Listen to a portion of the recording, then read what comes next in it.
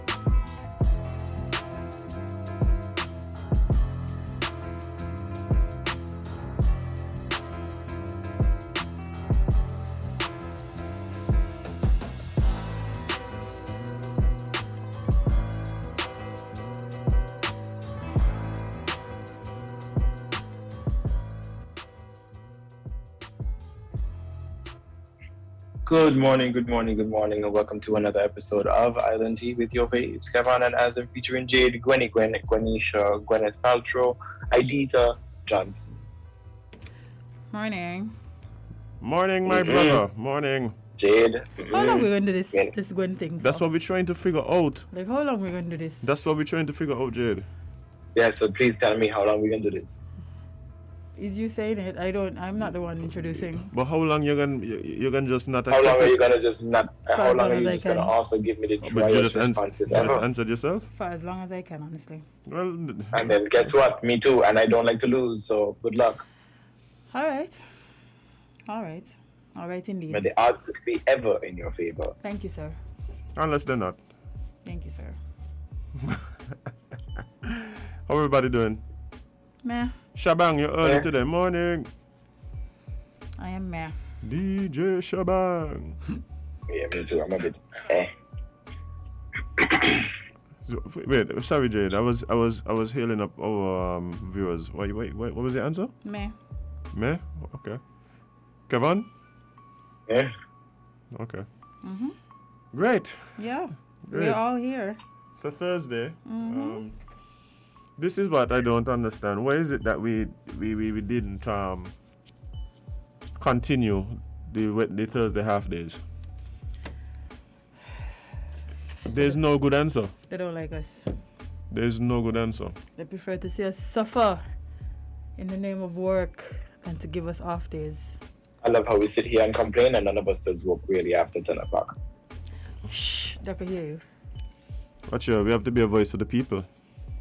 Yeah, but everyone just get holidays except us. Right. It's true, see?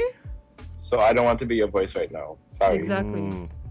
When you're at home with your foot cock up listening to me, where you think I am? Here. In front of some webcam. Banging remote. In a burning room.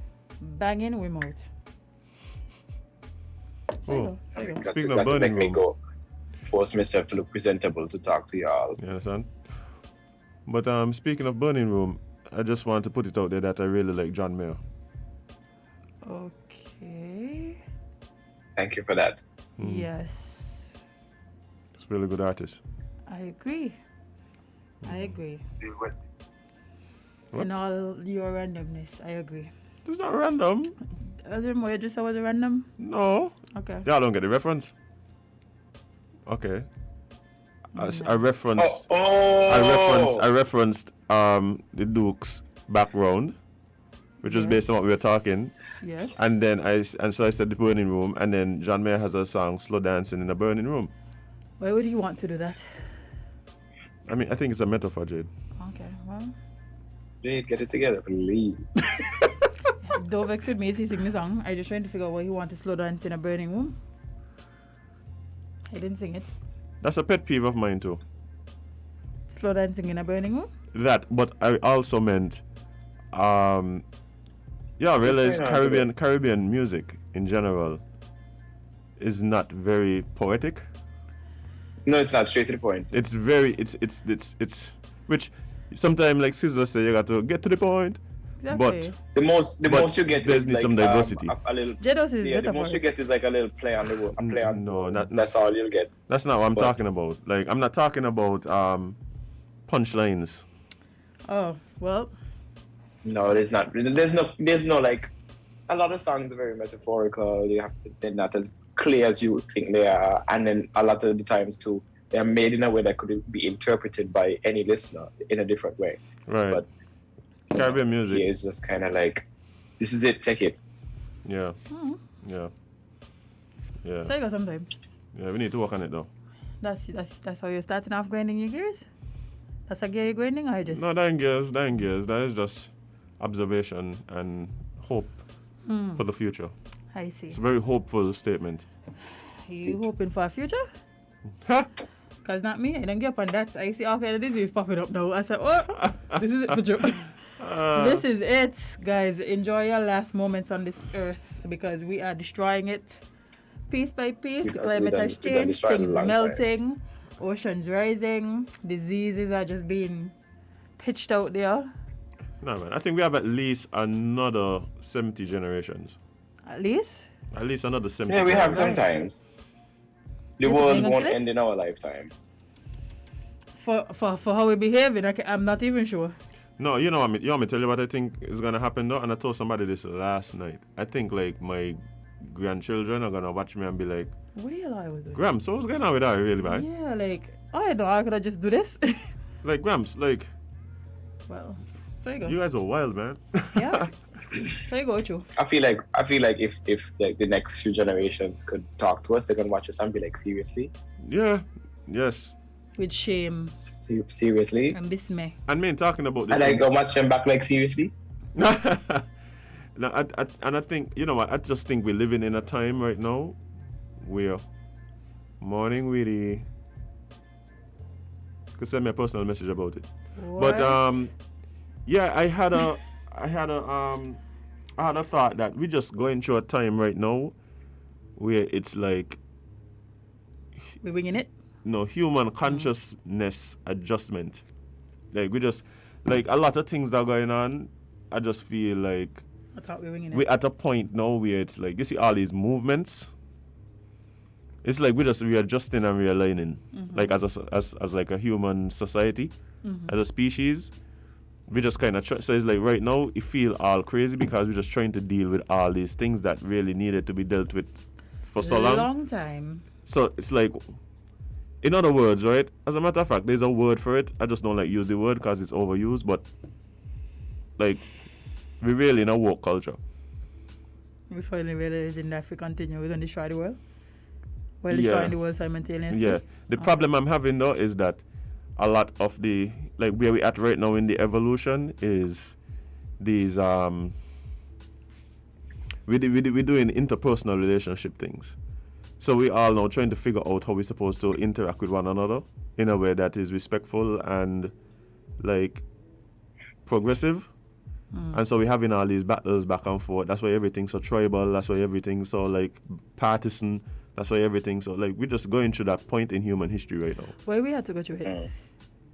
That is the only way to growth comes from discomfort. Well, You know, this I has been the most I would like to see. uncomfortable to one. You know what I would like half. to see, to be honest? Like, I would like a representative from each animal species to be able to tell us something. Because I'm pretty sure these animals will just watch us and be like, y'all serious? You mean like when Noah was building the ark, like when he had all of them? No, together? like right now. Like, I'm sure, these. I feel like Wales is one of them. I think Wales are pretty Wales smart. Wales probably watching us and being like, y'all see, like, what y'all doing? What's up with the animals talking to each other? Like, what is up with these humans? Like, they can't relax. Yeah. But it's kind of like it's kind of like just like in your personal life, like how one little thing could set you off on these weird trajectories. Like I remember one time on the show I mentioned like people don't recognize just like who you sit down in class with in grade 3 could totally affect the direction of your life. Like just who you sit next to in school totally changes the trajectory. You know, somebody tell me that after we had that conversation, they went to ask each other who they sit next to. Yeah, because we need to know. This is questions we need to know. Questions that need answers. Look how y'all just sparking thought-provoking conversations between child and parent. Yes, necessary. That's what we're here for. But it's like with human history too, like we can't see it now, but what's the effect of like the last 3 US presidents? Like what are going to look like? Which three we starting? So with? like Obama, Trump, Biden. Biden, I don't know. Maybe it's because Biden ain't as chaotic as Donald, right? That it feels like you barely hear anything about him. I guess because he's just another, like, what they had regular white men. Because remember, Obama was the first black president. Trump was just chaotic. And now it just feels like they're going back to the normal white man president. So, like, it feels like very quiet. Yeah, it feels very quiet. But it's because they tied so much of their ratings and content to just bashing Trump. Yeah, and so now Biden they haven't. To talk about. Biden is actually, but of course there's nobody like Trump, but nobody. He's actually very quite problematic himself. Yeah, himself. But it's not about policy. It's just about personality. That's what I said. All of them were like all the other presidents they had before Obama and Trump. They was like regular nonsense, like, you know, the a little sex scandal here. Yeah, maybe a little money laundering there. Yeah, even though I got to say, like, the scandals with Obama was laughable. I mean, like, the man with a tan suit, the place gone. And the world implode. Like, and my thing is too, I'm pretty sure if another president had worn a tan suit, we have a trendy president, you know. No, that wasn't switching it up. The literally wasn't compared to it. No, it just depends on which so like, you know, if it was a cool white president, they would have been like, oh, you know, we have a trendy president, switching it up.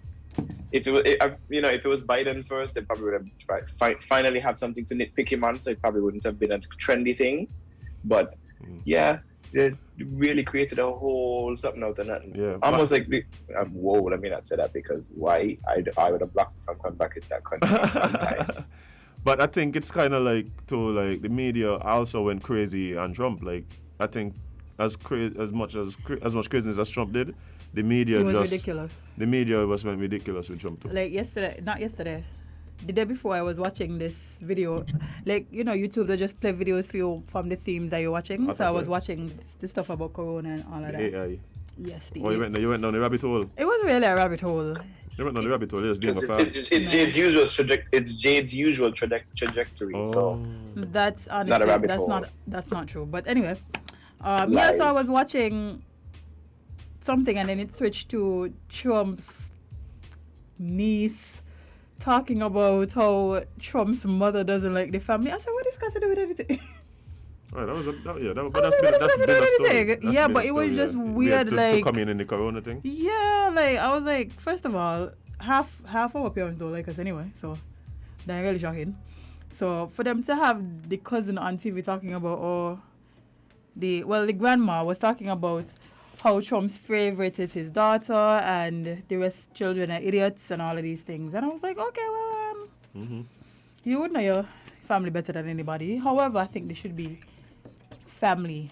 Like I don't understand having the cousin come on to talk about it because it wasn't important. Let me ask you a question. You don't think it's important for voting population to know that your mother ain't like you? Like even if your No. mother and all ain't like you. They don't care about that. No, I'm saying shouldn't they? Should they care if your mother ain't like you? Yeah. No. Maybe your mother ain't a nice person and that's why she ain't like you because she can't manipulate you. There's many reasons that your mother don't like you, know. Yeah, true. You could be a terrible child, that's one. But then you could also have like a toxic parent who just terrible and no matter what it is, you can't please them so they just hate you. So like, you know, I don't really think it's important. For me anyway. I think mine like me, so, you know. No. For the most part anyway. Your parents like you? Like what's your ratings with your parents? Like where are you on the... My parents love me. Okay. Like me? See, there's a difference. Because they could love you, but they could definitely not like you. Yeah, I think my parents like me. I think they don't understand me, but they like me. Yeah. I could see the latter. Me too. Well, the former. Yeah, same. Like I could definitely see why they don't understand you. We don't understand you either, so you know that hard. Yeah. That's the kind of what's going on there. Yeah. Yeah, but you like y'all ever had that conversation with your parents? Like yeah, They let me or not? Mm-hmm. Or you just kind of try to judge it based on like interactions? Yeah. I've judged mine based on interactions, and so far I've had a mixed crowd. So I don't know. Yeah, you probably should have that conversation. At some point in your life, you have to ask your parents, "Do you like me?" Yeah. Well.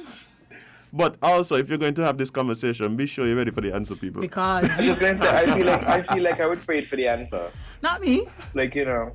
No, why I say that is because you could think one thing and actually get it. Like, but if they're really feeling honest in that moment, and you have this impression that your parents really like you, and you ask, you really like me? Actually, no. Listen, one thing. And then it's just like your whole world just shattered. You're not a nice person. Yeah, but you should kind of know yourself. Like, are you a likable person in the first place? Not because they're your parents, that mean they have to like you, eh? That's true. You could be terrible. But you see, this is the thing, Jade, and I think it came up yesterday. There are a lot of delusional people walking around. Why? Delusion is very prevalent, and the sad part about it is, I believe we live in a society that feels like we need to perpetuate people's delusion. Me no way though. Anyway, I tired to ask that question. I don't know but why. it's very ticklish, and I don't think we're at that point in human evolution where I could say this on the radio and not get backlash. And cool. Yeah, you probably should. But yeah, I think my dad has been very honest with me throughout my life, majority. You want me to like you know? No, he never tell. Never tell you that? No, I don't think he ever tell me that. I mean, he probably like you then. I mean, he does behave so. Yeah, that's true. Because you don't just walk in the house and take up things.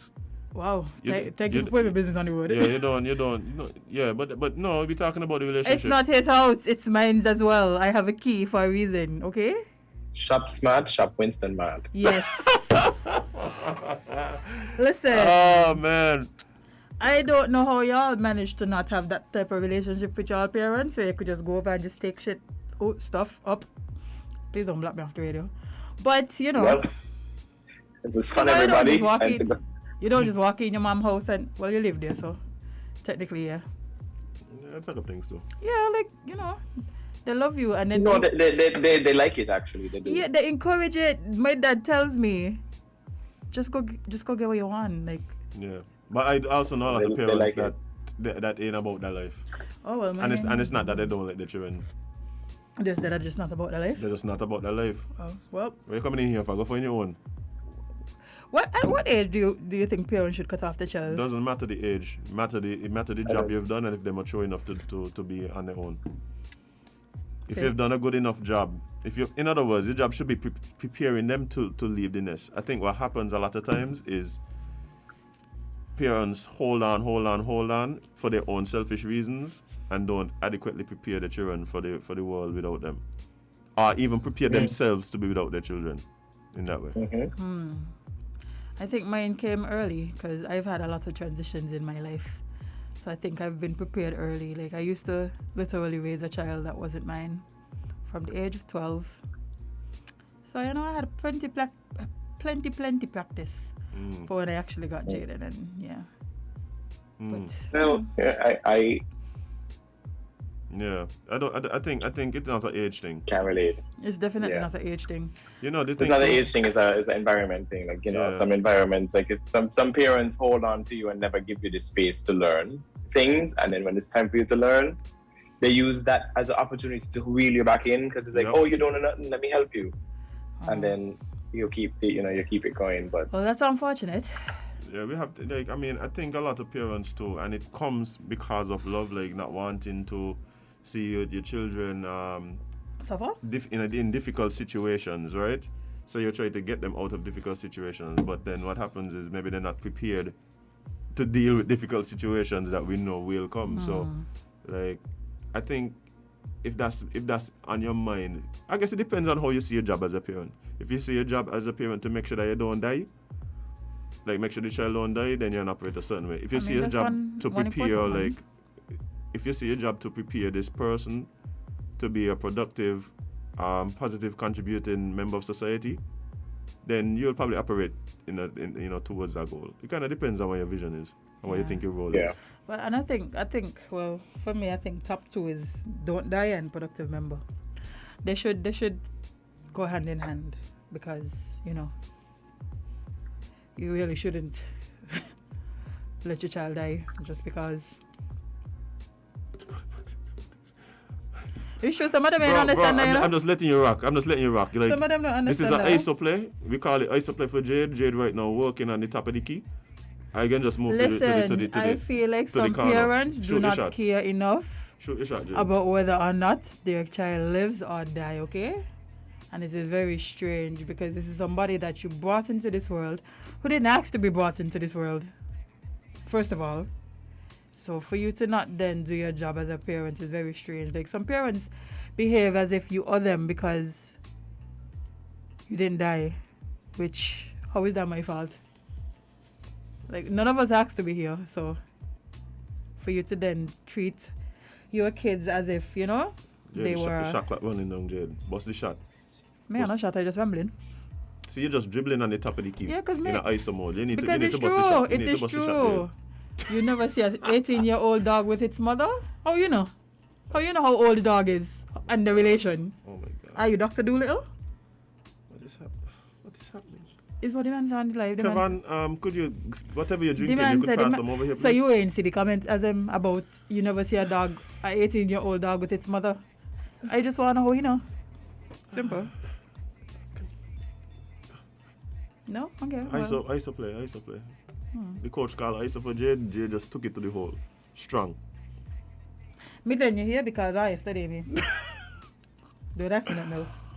But before hush, somebody said, tell Azem he has articulated in a way better. What? He has articulated in a better way my thoughts.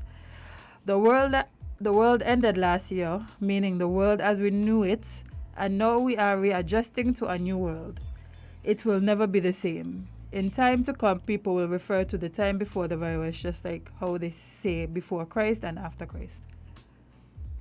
Oh, so BC going to be before Corona? Before Corona. Before Corona, indeed. Oh. Sebastian, I know the dog well. Okay, well. Okay. Jade, who are you to tell Sebastian that he don't know the dog? Yes, me hush. I hush. Oh. Oh, boy. Anyway, I gotta guess the grind. Not really. No, because we think we grinded earlier when we talked I got one about to grind, the police you know. officer that had the audacity to threaten a citizen about slapping. Yes, so it has to do with that as well. Oh, so we're back. Oh, let's go. Right? So one of the things that was very distressing to me, and it really triggered me about the situation, I was told that, and this happened, and it's a trigger because it happens all the time, and I hear about it way too much. Where companies have this kind of energy for their employees. Certain companies have a certain energy for their employees, like, we own you all the time, and the only thing that we care about in relation to you as a person is actually you as a representative of the company. You see this a lot in banks. You see this a lot in maybe even law firms, right? And so what happens is like people weaponize that dynamic by threatening your job if you do something that they know will be perceived by the company as being unworthy of the company's standard. So for instance, if the police officer is going to tell the young lady things like, oh, if you don't do such and such and such, I can write a report to your boss. Now what? Go going on here, God, with my boss. But they know that companies like to do this thing and say, oh, we saw a video, oh, we saw a post, oh, we saw this, we saw that. And weaponize that to try and somehow control your behavior outside of working hours. They threaten your job, they threaten you, and I have a serious issue with it. Now, don't get me wrong. I do believe that there are some professions where you like really and truly it has nothing to do with just what happens during the time when you're on the job. And so what you do outside of your job really can affect you being able to effectively do your job. So like police officers, right? Whether you're in uniform or not, depending on how you operate outside of the office hours, can affect how effective you could be on your job. So it's important for you to recognize that. Teachers, for instance, I should say this, yeah, me and call her name. So I had a teacher when I was in first or second farm, or maybe both, who did like risque photo shoots, right? So from time we find out about the teacher, like really and truly me listening to what she's saying, like all we're studying about is how she'd look in the red lingerie. Big up yourself, she'd look really nice. Oh. Right? But that affected her being able to teach properly because it was distracting. It was distracting to the kids. Right? So should she be able to do that? Yes. But then also understand that it does affect your ability to do your job effectively. You understand? So I understand like them kind of things. But the thing that bothers me is these companies, all they care about is what you do, and you're a representative of the company and you're supposed to this and you're supposed to that. When you're walking down the street, bam, bam, bam, your shirt fall out your pants, HR calling you to the office to ask you what's going on with your shirt out your pants. Big people. No, but this is one thing. The problem I have with this whole dynamic is the same companies ain't willing to stand for the employees when the employees are victimized by people. Mm-hmm. So you have an issue with what happens, what I do outside of the company because I'm a representative of the company. But when a representative of the company now is victimized, you ain't able to say. Yeah, because that part is important to them. They only care about how you represent the company. Whatever happened to you, you know. If your position is I'm a representative of the company, let's say they like to say once have on the uniform. Mm-hmm. So if I'm a representative of the company, right? When I am wronged, when I am dealt with disrespect, when I am threatened, so the company ain't getting threatened and disrespected neither? No. No? Okay. I gotta stop that stupidness there. Stop that stupidness. Because it's just reinforcing this belief that y'all don't care about people. Y'all don't care about people. Most businesses don't. They care about. No, they don't. They care about the person that works in their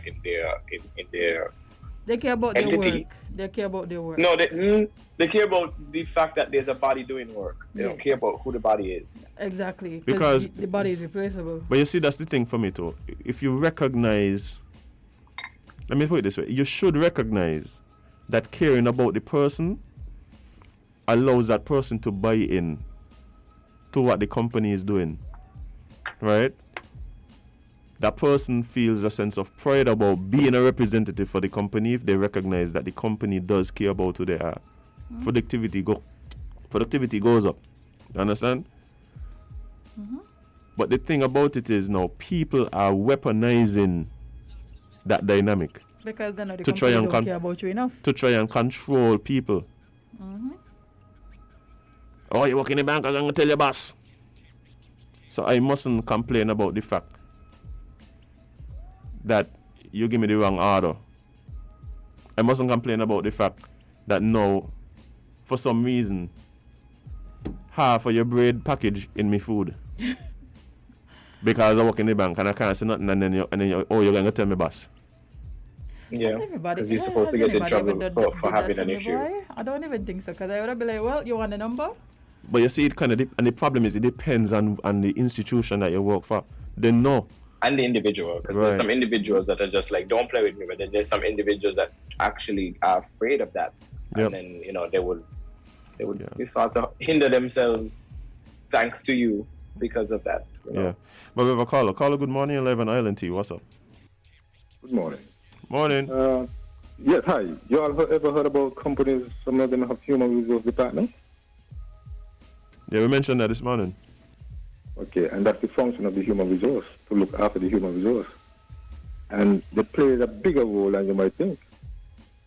The human resource actually is the buffer between management and employee. And also in some instances, they are the buffer between the company and the public, so to speak. So if something happens and there's a breakdown, because sometimes the human resource acts as public relations as well. You're aware of that, right? Okay, so maybe I wasn't clear. What I'm saying is, a lot of times, these departments, they only care about one aspect. That's what you presume. Of this. That's No. Because It's obvious based on. It's obvious based on. What do you think the department named Human Resource Department? It's to they understand the human resource is very important to the business.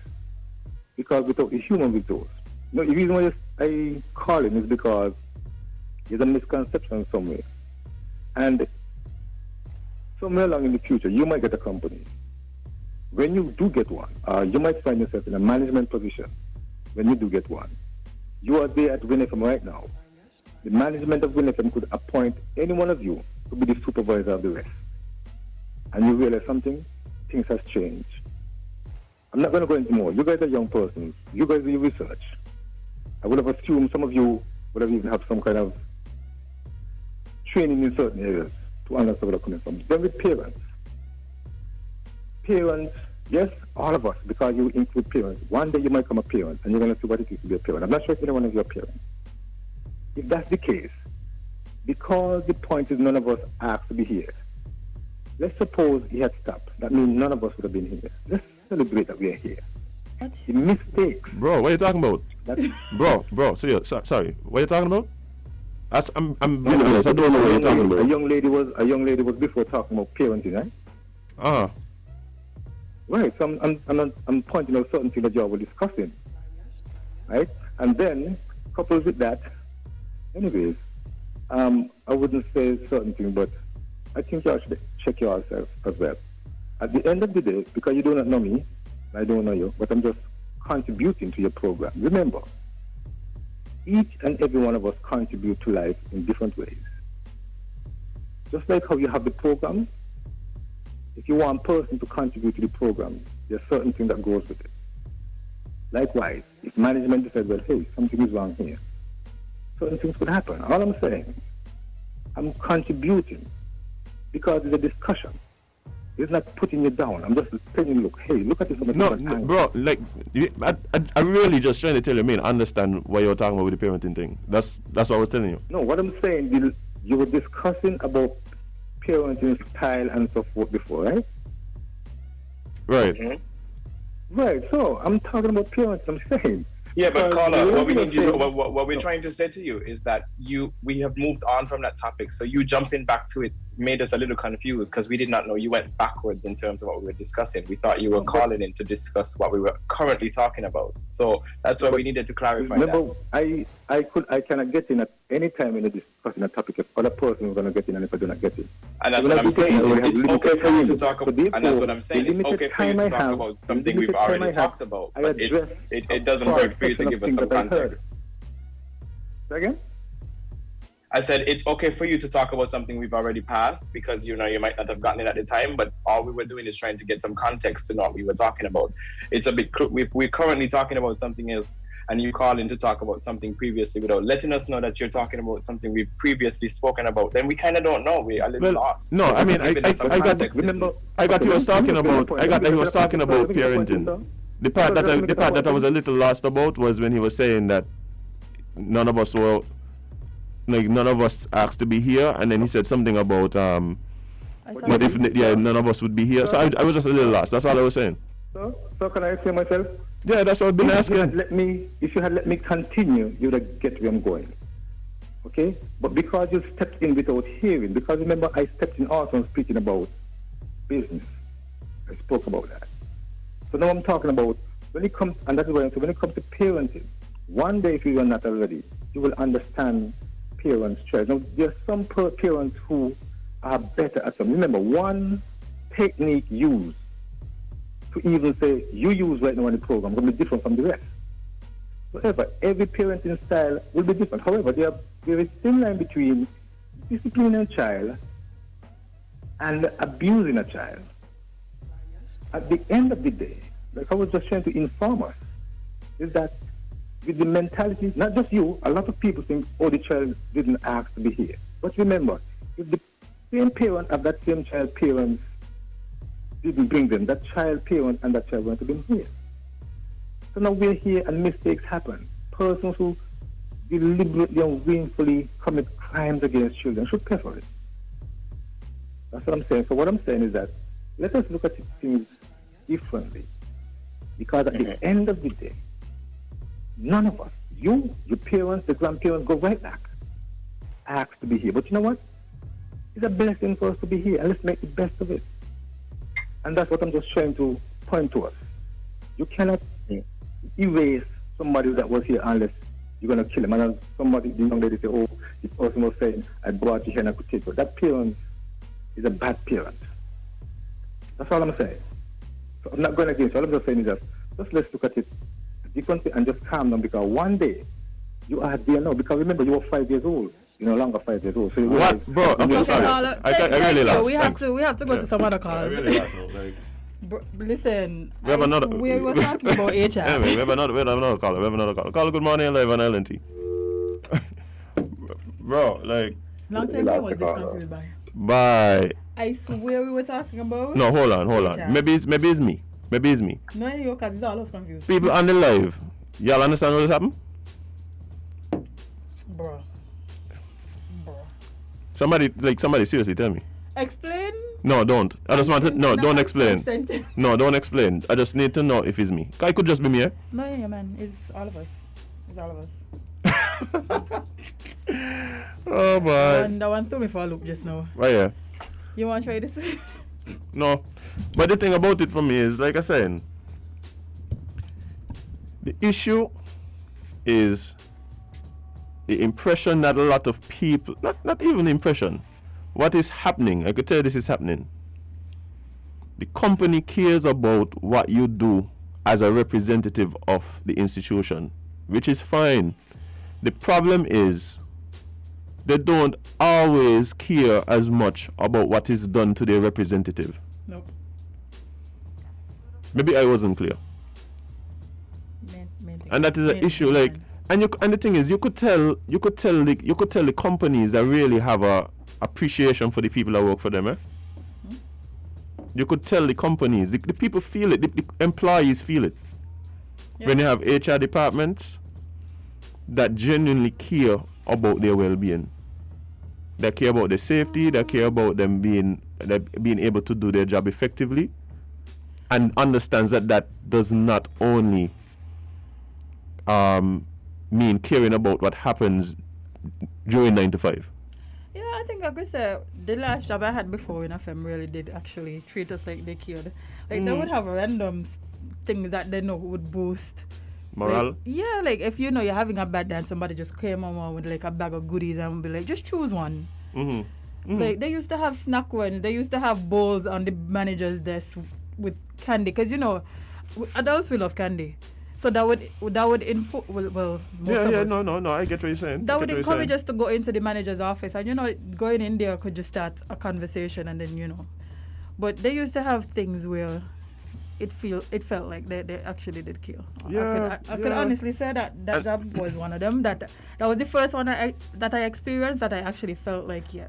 Well, no, I lie too, but you know. Not only that, you know, I do believe that the tone, like the person said, one thing they said that I could agree with is that the HR department really is the link between management and employees. And a lot of times, the personality, the mindset of the HR manager and the HR department is what really does set the tone for what the relationship is. Yeah. That is very true. Big time. Yeah. Big very time. True.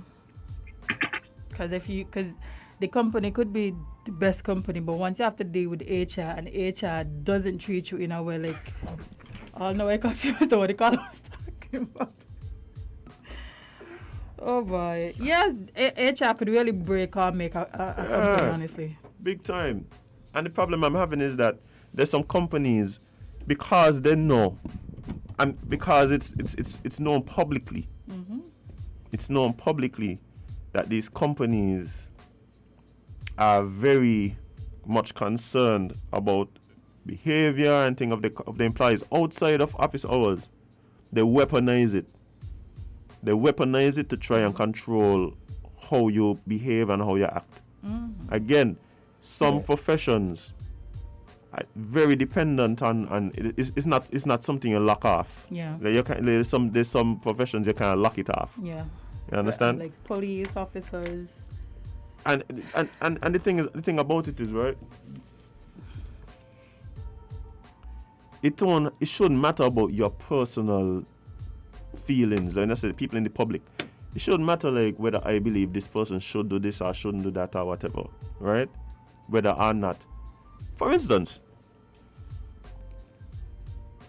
it's so weird to me that you would be in a situation, let's say somebody, and I've seen this is why I'm saying this. Somebody does something to your child, right, that you don't like. You react in a way that you feel is necessary, whether it is shouting, XYZ, bam, bam, bam, bam, bam. And people will come and tell you, I'm going to tell your boss. Okay. So, tell me if this ain't a thing. That don't happen. That's the thing, yeah. But you never hear somebody tell somebody then tell your boss over something and not to do your work. Before. Yes. That happen all the time. Oh, is you going on, son? Tell your boss. Bro, is that my daddy? Are you gonna tell your boss that you gave me something I'm not satisfied with? Like that's something like. No, they only the back end of the story they want to give, you know, the part where you acted up, you know, they don't give what led up to. Yeah, but what's this? Why is that a story to give a boss? Where the boss come in? Where does my employment come in? That's what I'm saying. I have no idea. Honestly, it's a very weird dynamic. Because it's a form of control. Yeah, because they understand people are so dependent on whatever the source of income, right? Their jobs. They weaponize it to try and control you, to put fear in you. And the problem is, a lot of times it works. Yeah. Oh, you get called into the manager's office, and before they ask you what happened, they on your case about, oh, I hear you was such and such and such and such and such and such. Here's a verbal warning. Anything like this happen again, see you. So weird. You ain't gonna allow me to say why this happened? Listen, you ain't gonna want to hear myself. But why is this even a conversation? Because what does that have to do with my employment? That gives me big control issues. Like it's almost like a parent talking down to a child. Like you can't talk anyway. First thing first, give me this verbal warning in a letter. Ah, yes. Jade Jade. You write it up. Jade at the top of the key, just stinging shots. Yeah, man. Over the defense. Yeah, man. Watch you. Listen to your Uncle Royal, guys. When you have to deal with management and things like that there, always get stuff in writing. Put it in writing. Don't make me on the corner and chastise me and no. Put it in writing. Mm-hmm. And we could go from there. Put it in writing, because I'm sure the labor department would love to view it. You chastising me for something that got nothing to do with my work. No problem. No, make sure and don't be afraid that when they leave out certain things that they say in the letter, say no, remember you said put that in the letter. No, remember please. you said this. Yeah. Remember you tell me what it is in the letter. Yeah, put that in the letter. Let's get them sentiments. Make sure the letter is a nice summary of what was said in the meeting. Yeah. I agree. But you want to jump back a lot, please? Yeah, Jade for the win again, hopefully. But caller, we have a call on the line. Yeah. Caller, good morning. Oh, let's try this one. Good morning, caller. We have you on the line. What's up? Good morning, folks. Morning. In a strange way, what you're discussing now is related to what you discussed before, because as you pointed out, it's about control, it's about authority and the hierarchy in the society and what people accept as standards. I like when you all wax philosophical on the show, Actually, I was waiting earlier for you to get to the proverbial what is life question. What is the meaning of life? What it's all about. The thing is, each generation before this one, before this one at least, felt that they had a responsibility to make life better for the succeeding generation. And they made a lot of sacrifices to do so. From what I can see, though, and you may contradict me, I'm not getting the impression that this generation see themselves as having the same responsibility. Okay? Generations past, I agree, dealt with a less sophisticated world. And so they probably had an easier time in the transition. But this generation, I don't think have yet figured out how to deal with the complexities and the sophistication and the technology and the information. You may like to think so, but the advance of technology has been so exponential that I think this generation is still playing catch-up. And the danger is that we may descend into what they call nihilism, where you opt out and you lose all sense of morality and you feel life is meaningless. You reject all the societal norms, all the religion, all the values and the principles.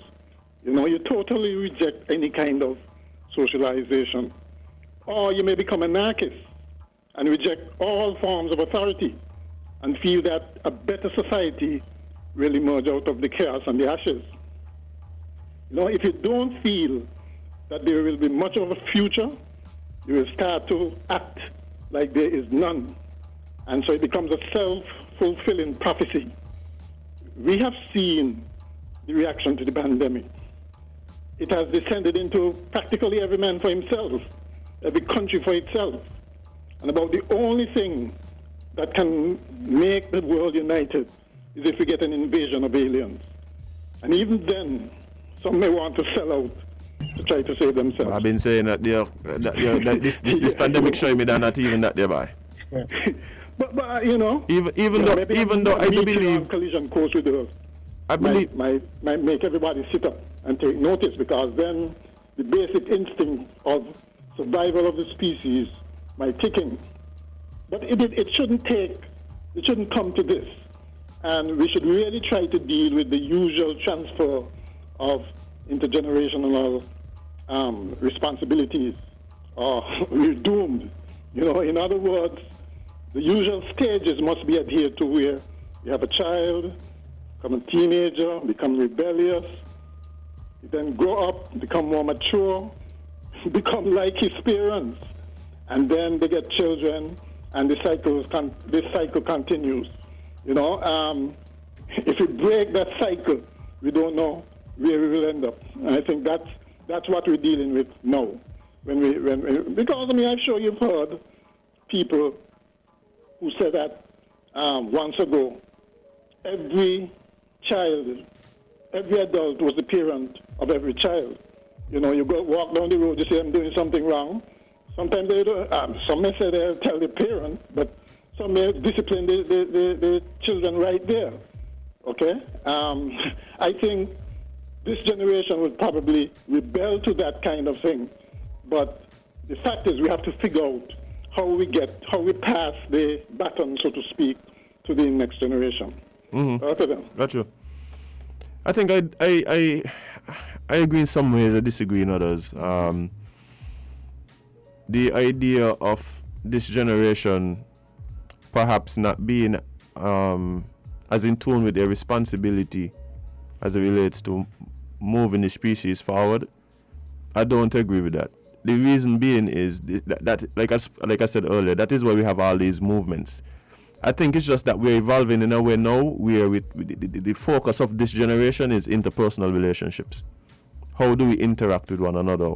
How do we respect others? And so there are all these conversations about rights, all these movements, whether it's Me Too movement, Black Lives Matter, Asian Lives Matter, Blue Lives Matter, like we're talking about gay rights, we're talking about LGBTQ communities. Like, how do we as a species move forward with so many people with different backgrounds, I think that is where we're at now. In terms of the devolution into nihilism and anarchy and stuff like that, I believe what happens is that there's a pendulum that swings, and we swing from one extreme to the next, and that you end up at some point in the pendulum swing. So I believe, as a matter of fact, I believe with the rise of capitalism in the 80s, I think that was probably the thing that was sparking most of the crazy behavior, as opposed to now. When you look back, people were very involved in materialism. People, like, because of then growing income disparities, you had things that people were doing that now would seem a bit selfish, but at the time it wouldn't feel that way. When you have, for instance, mass migration, people looking to better their lives. A lot of persons now, based on maybe the experiences of having to deal with absentee parents, might go, nah, your son and your daughter would rather you there than you in England sending back remittances. Yep. Right, so it's just a pendulum. The whole thing swinging. I have faith in the human species. Like, I feel like we for the most part want to survive. The problem is that we get to these places where we get comfortable and we try to push things forward and such and such and such. The point about technology, though, I think that is a real thing. I think it's yesterday I was saying it. I think technology changes and moves and invades and so fast that we don't have time to develop the rules on how to use it reasonably and responsibly, right? So when there is Facebook and TikTok and Snapchat, nobody actually goes, okay guys, this thing is very powerful. This is how you use it responsibly. Nobody does that. Somebody just come up with some technology, and that is why in years past, it seemed like almost every week you're seeing some new post going around, somebody expose some young girl or something. Like, you give this powerful tool to people, but no instructions on how to use it responsibly. Right, so I think we're going through these phases, but it can always ebb and flow, and then it can happen again. Then be some big technological advance. We can go through the whole process of like, oh man, how do we use this without almost killing ourselves? A very simple example of this is when Lime decided we have unlimited free text. Like that was so chaotic, right? That I had to take it back. That was so chaotic that I had to take it back because we weren't using it for good. Like, you know what's the other one? You know what's the other crazy example? what? When Domino's opened and they had free drinks. Oh gosh. We ain't custom. We ain't custom to free Listen, drinks. People walking down 4th Street like, hey, Domino's got free drinks. You want a cup? Take a cup. People going home with soda because Overdue. yeah. We overdo as a society. But we have to learn and adjust on how to use these definitely, things. Watch it, that they last about 3 days. They had to stop it because y'all was overdoing it from early. Y'all overdid Fritex from early. Like was like, nah, we gotta cut this too. Like when we get when we are introduced to things that we're not accustomed to, we get so excited that we overdo. Yeah. We overdo a lot. Yeah. Let me ask you a question now. Since the parenting thing came up a couple of times, I believe that the idea of deadbeat dads, right? Mm-hmm. I believe that my generation and generations like coming up on me pushing back against the narrative. What do you think? I could agree because even though I still hear a lot of women say that the men that they have kids with are absentee fathers, like I've been hearing a lot more that men are actually in their kids' lives, like. Mm-hmm. Not only that, I think even if they're not, I do think there's a lot of men who want to be in their kids' life. Now, circumstances might not allow that for whatever reason. Maybe incarceration, maybe just issues between the parents. But yeah, I don't know. And maybe it's just in general too. I think people getting less kids. Definitely. People getting less children. You better believe it. So maybe it's even more feasible for them to be present and available because there's less kids. Yeah, because once ago, like somebody my age would have already had 3 kids, 4 kids. I mean, it wasn't strange for somebody to have like 7 kids. No, it wasn't strange like, at all. People still alive now. Yeah, but now it's like 1 kid, no kid. Like I think we less and less we like kids.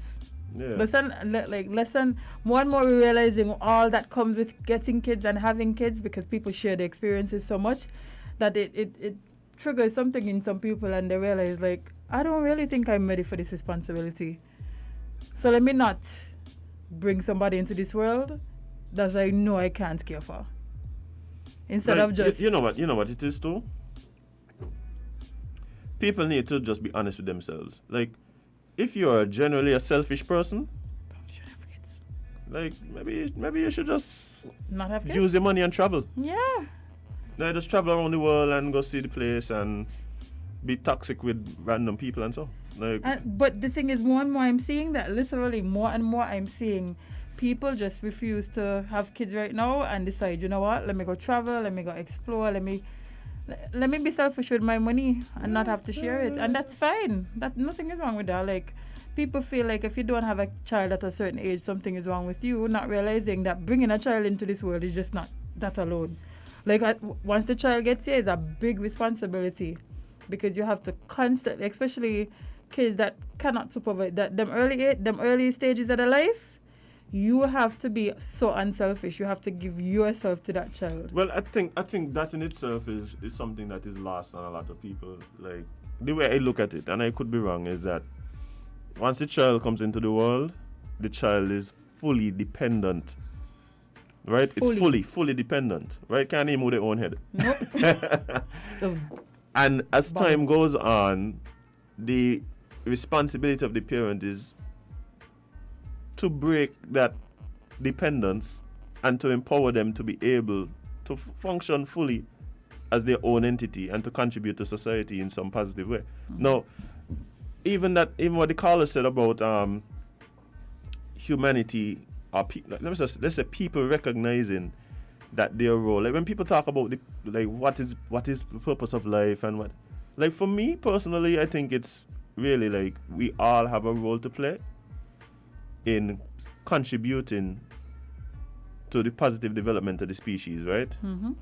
Now, that don't mean I have to come up with some big invention. And no, it might just be me passing on experiences to my immediate circle, whether it's children, whether it is nieces, nephews, people in my community, whatever it is. But if you operate in the belief that, hey, my role here is because I'm just a part of a bigger thing, right? Bigger species. And whatever I learn, I pass on, and that is taken, and like he used the term pass the baton. I believe we do a lot better, you know, as a species. Yeah, we'll do a lot better as a species. But a lot of times people get so caught up in their own legacies and in their own like selfishness and thing, and their own need to be noticed, that sometimes you can't really contribute to a bigger to the bigger thing. You're actually hindering it. I need.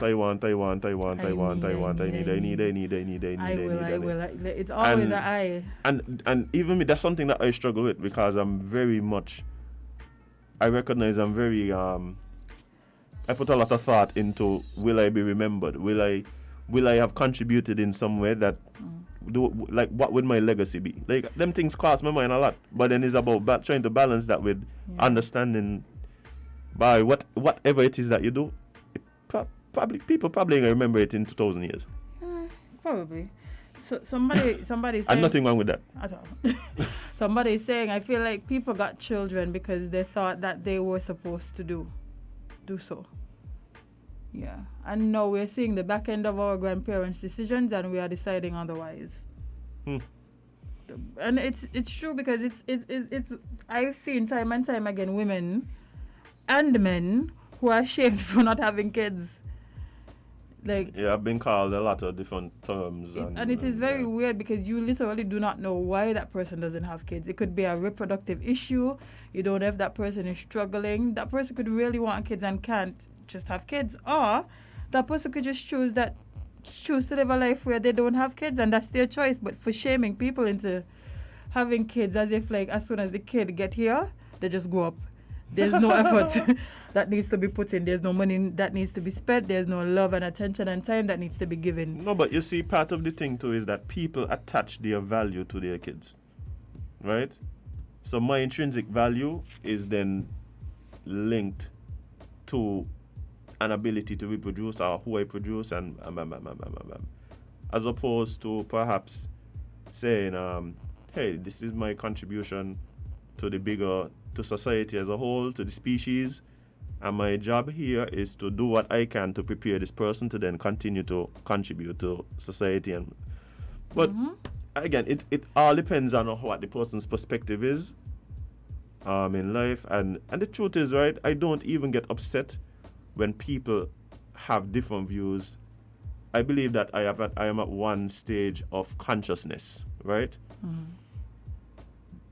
I believe that I still have a lot to learn. I still have a lot to, and the things that I say now at some point might sound like total gibberish to even myself, as I evolve and become more conscious, right? And so you can't be upset with people because they're at a different stage of consciousness, right? Like, it's all part of the journey. Like, people just gotta go along the journey, right? But part of it is, we continue to help each other along. We continue to try and recognize that we all should have a similar goal, which is the betterment of society, the betterment of humanity. And when there are people who obviously don't have those perspectives, then perhaps you can't really contribute to this thing we're trying to build.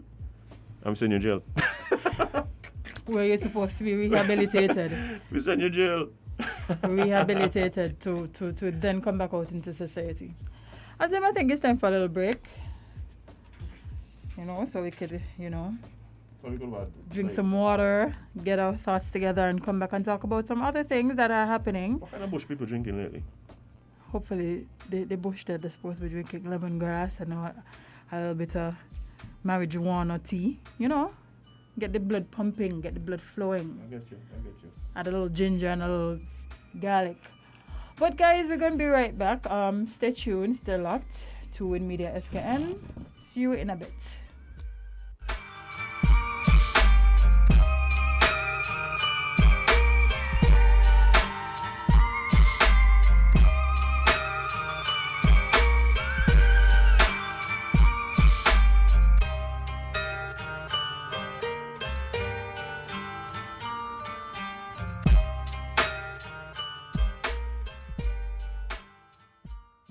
WINN is 98.9. 98.9 is Win FM. Maybe it's the way the brilliant gold liquid reflects our sunshine, or how the bright blue of its label mirrors the clear Caribbean skies overhead. Maybe it's the fresh, crisp taste of this beastly cold beer on a scorching hot day. Maybe it's even the way it brings us all together. But one thing is for sure, Carib is very much a part of who we are wherever we're from in the Caribbean. Carib. It's the way we play. Drink responsibly. Run to Hosford's Furniture and Appliances in Ashley Furniture Home Store now and get a chance to win free groceries for 1 year. By popular demand, Cashback is back, but this time Cashback is back with more quality appliances, more great prices and fantastic deals, more of Hosford's fabulous FlexPay payment plan, and more free groceries. A whole year of free groceries. Come to Hosford's Furniture and Appliances in Ashley Furniture Home Store today and get absolutely free groceries with every higher purchase and a chance to win free groceries for 1 year. Great deals on furniture and appliances. Get cash back for free groceries with FlexPay higher purchase and a chance to win free groceries for 1 year with every $500 spent. All great reasons to shop at Hosford's Furniture and Appliances in Ashley Furniture Home Store this coupon season. Terms and conditions apply. See stores for details.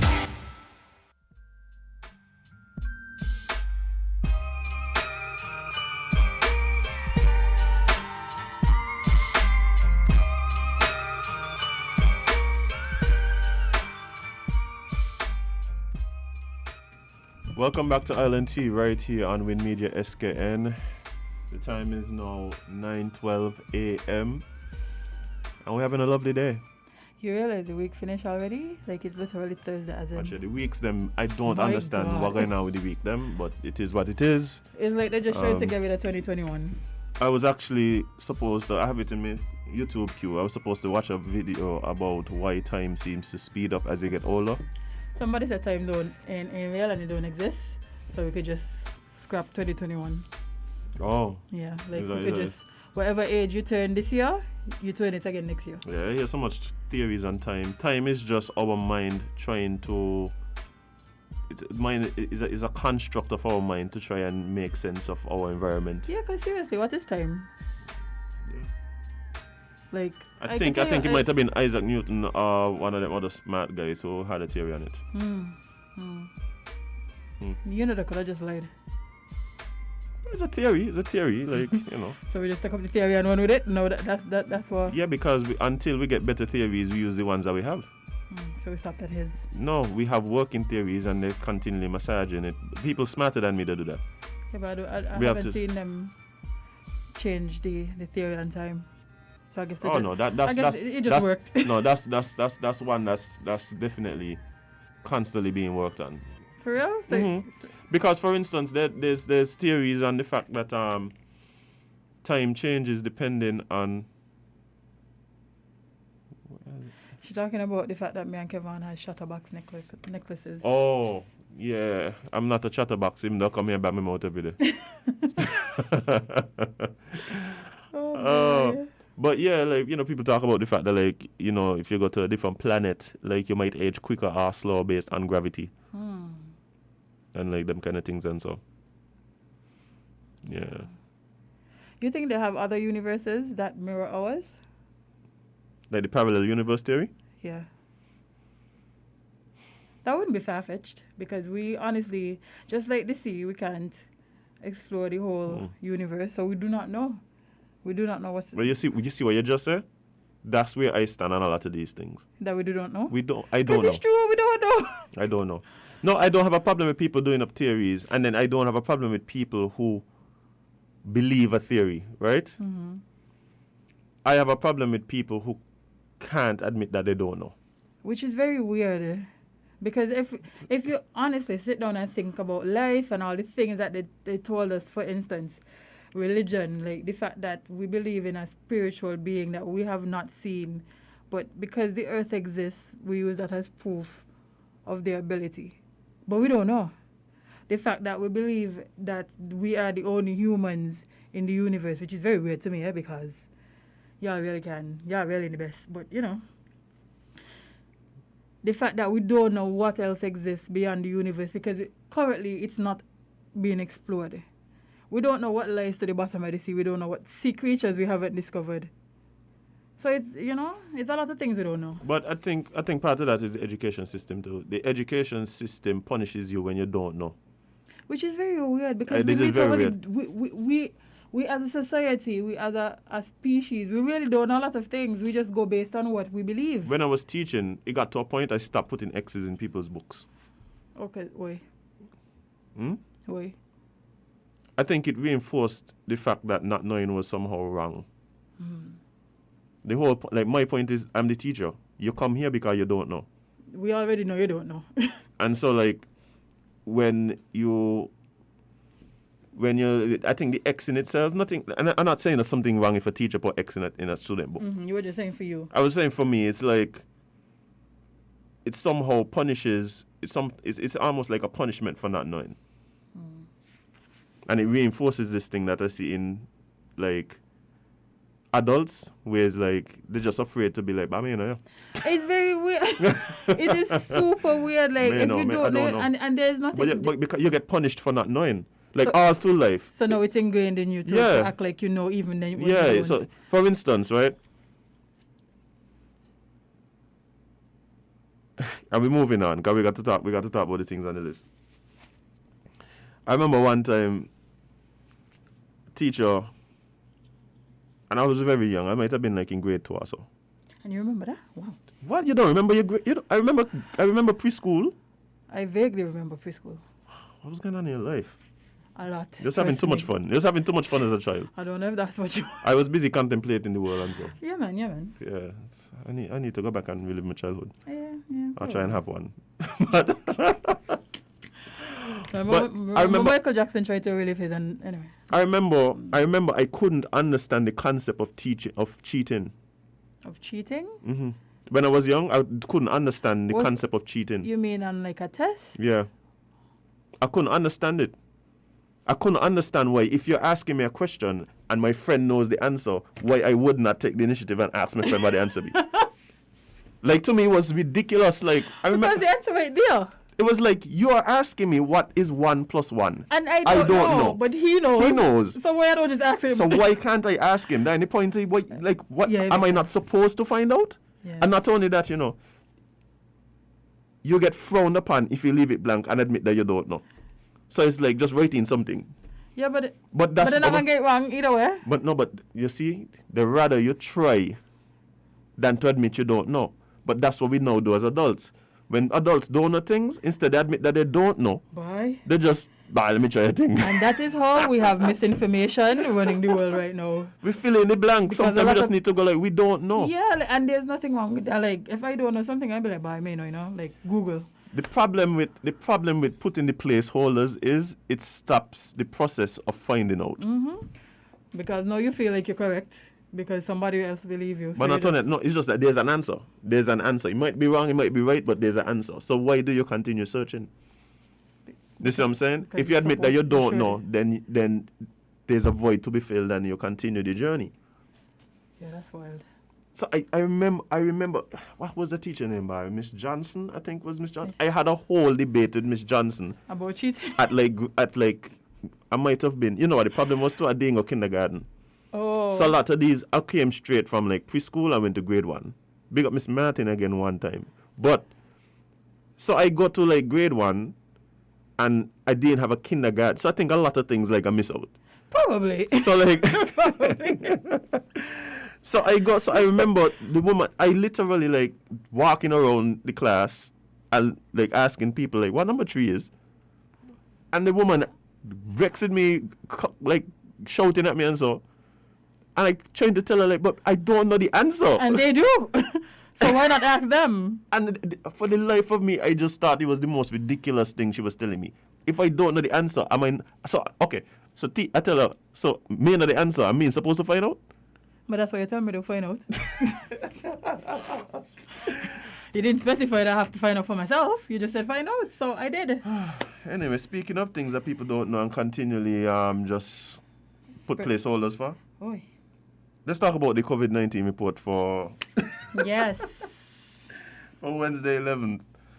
Where guys, in the last 24 hours, there were 5 reported cases. 5 reported new cases, Small right? 5. That brings the total number of cases to 630. Sorry. You gotta look for the silver linings, Jade. You gotta look for the silver linings. Yeah, right. Yeah. So that brings the total case of 630. Now, the good thing is we have 578 cases that have recovered. We've had 3 deaths, unfortunately.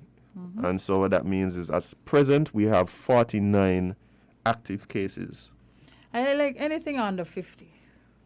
I like to see the numbers under 50. I know exactly what you're saying. I just, every time I think about that, it feels so weird to me, because when we got 1, people was running up and down. Yep.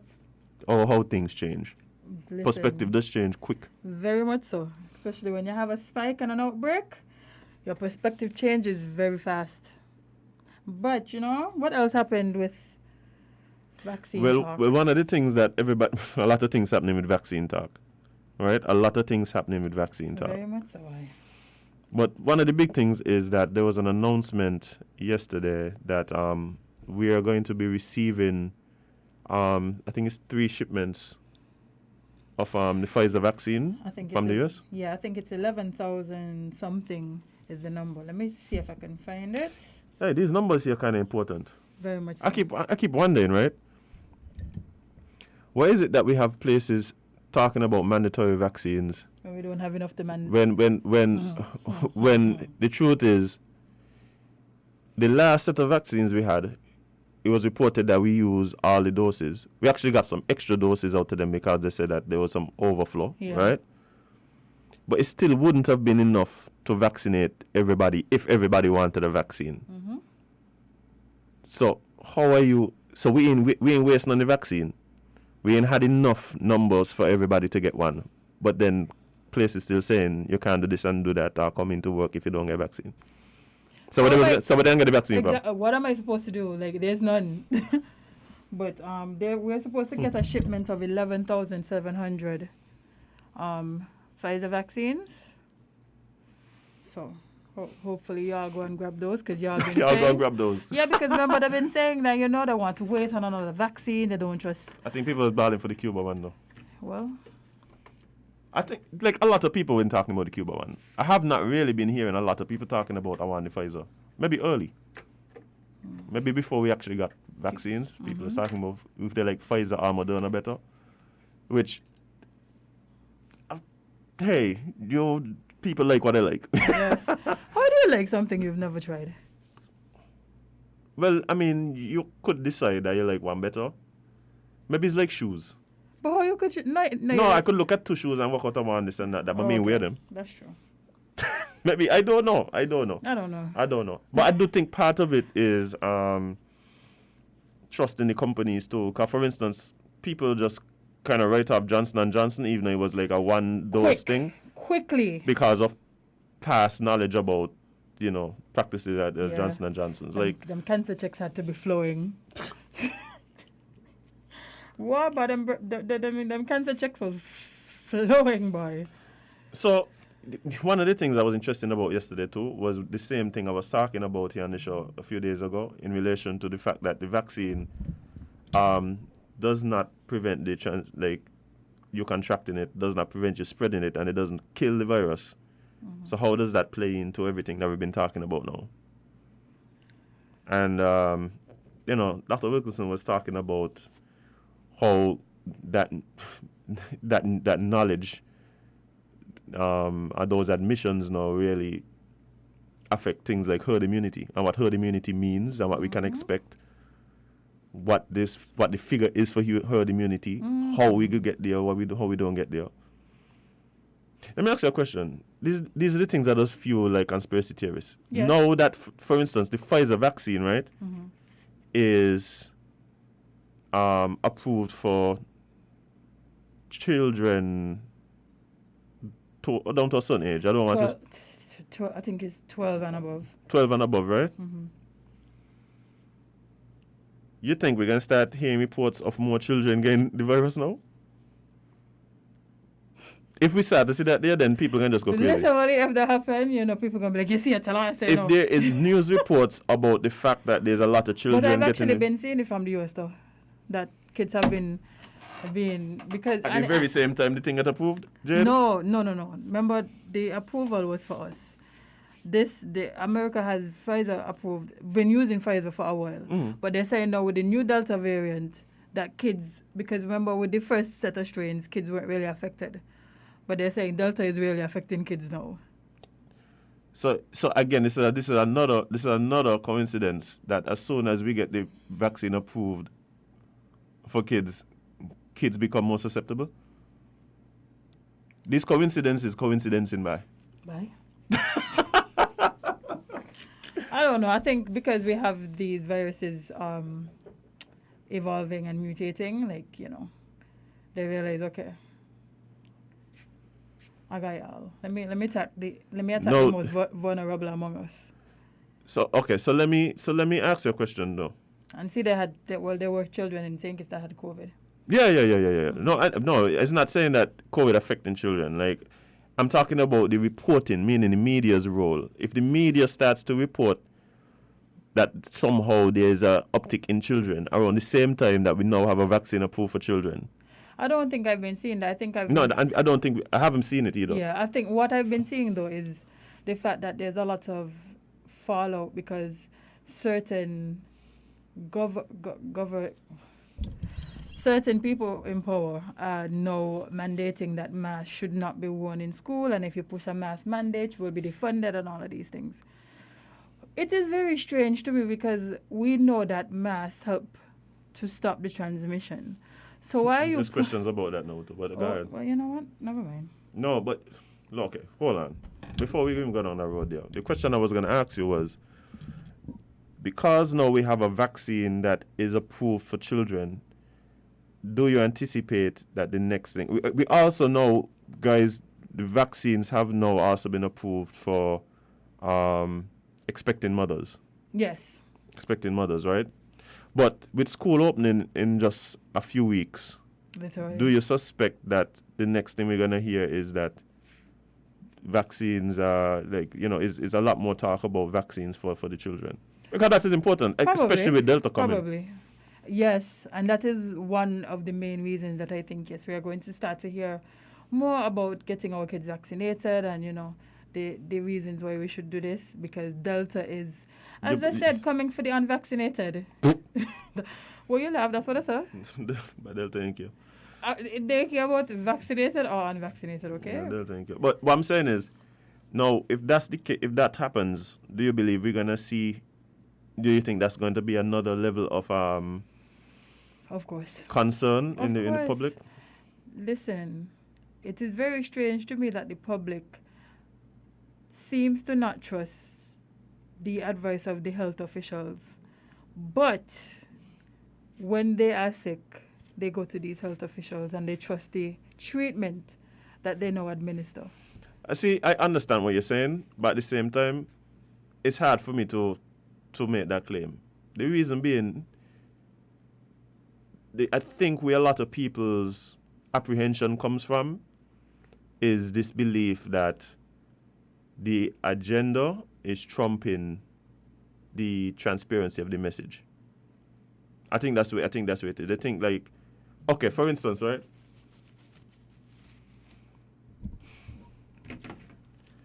And we talk about this all the time here. Mm-hmm. But I don't want to just ball out random figures. So well, I mean, we never said that Yeah. So for instance, right? Mm-hmm. I was talking about this here earlier in the week where you have so many people, and again, this is nothing to do with just COVID-19. When people are sick, in general, mm-hmm. your body mass, your weight, the amount of inflammation in your body and stuff, all those things affect your ability to deal with the virus, mm-hmm. right? Now we're seeing hear how people who are overweight, people who are obese, are really having a hard time dealing with the virus. Mm-hmm. Like the stats are there, right?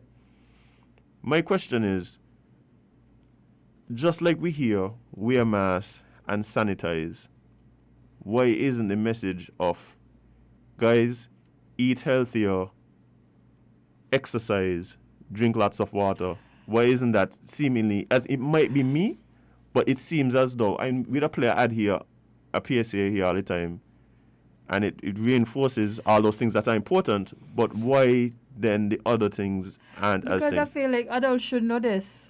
Adults should know adults should know to wash their hands, Jade? Come on, like, that's what I'm saying. Like, just like adults know they should wash their hand, but we know these are things that are going to help with the spread of the virus, right? We know also that in order for you to deal with the virus better, like, your weight plays a big part in that too. So why we don't talk about that? No, when people do that, like when people are watching these things and hearing these things, then they start questioning the agendas. No, because I don't tell you about the health side, the health. Well, so because then it feels to a lot of people like people either aren't being fully transparent, people have agendas, which agendas is to get people vaccinated, as opposed to just don't die. Which is, you understand where I'm coming from? Right. So with them kind of things now is why people start getting antsy. Now, that don't mean that there's some great global conspiracy behind the vaccination program, right? We've seen how vaccination has dealt with things like smallpox. We totally pretty much eradicate smallpox, right? Yep, the Black Plague and all of these things. Well, I don't know if there was a Black Plague vaccine, but there was a smallpox vaccine, right? That might have actually been the one that might have been the first global response. Is that smallpox? You sure? Polio. One of the two of them, right? Mm-hmm. Somebody who's smarter than me, tell us on the live. Yeah. Right? So I don't think there's like this global conspiracy, whatever. But I'm saying when people are looking at this thing, and then it's not, I don't even think it's the fault of the health officials either, you know. They're learning, but that reinforces what people's concerns were. People's concerns were, but this thing here come up kind of quick. We don't know how this thing going to affect us. We don't know how effective this thing is going to be. We don't know. And they tell us, well, this is why it came up quick. This is why we were able to do it. And we understand that, right? But then, at the same time, we're now still learning about the vaccine. We're learning about the vaccine. We're learning about everything. We're learning about the virus. We're learning about the vaccine. And so when people already had questions about, by this thing, you seem like you come up kind of quick, and you're in a position where you're learning as we go, and so information is changing, people gonna feel like, I know something right here. And don't talk about the misinformation like that. Right, I feel like because that's a whole other. And it's more prevalent because of social media. The fact that we are able to just jump online and just say whatever with no facts, no proof, no nothing. It's very easy for us to spread misinformation. Like, you could literally go live and say a whole sentence, but you're mixing some truth in it, and people going to believe it. No research, no back-checking, nothing. Whatever you tell them because it sounds smart and you sound like you're correct, that's what they believe. They don't want to know if you're a doctor, what you studied, what information, what proof you have. Once you sound smart, once you mix in some truth, some small truths in there, you got them. And that's a very scary thing.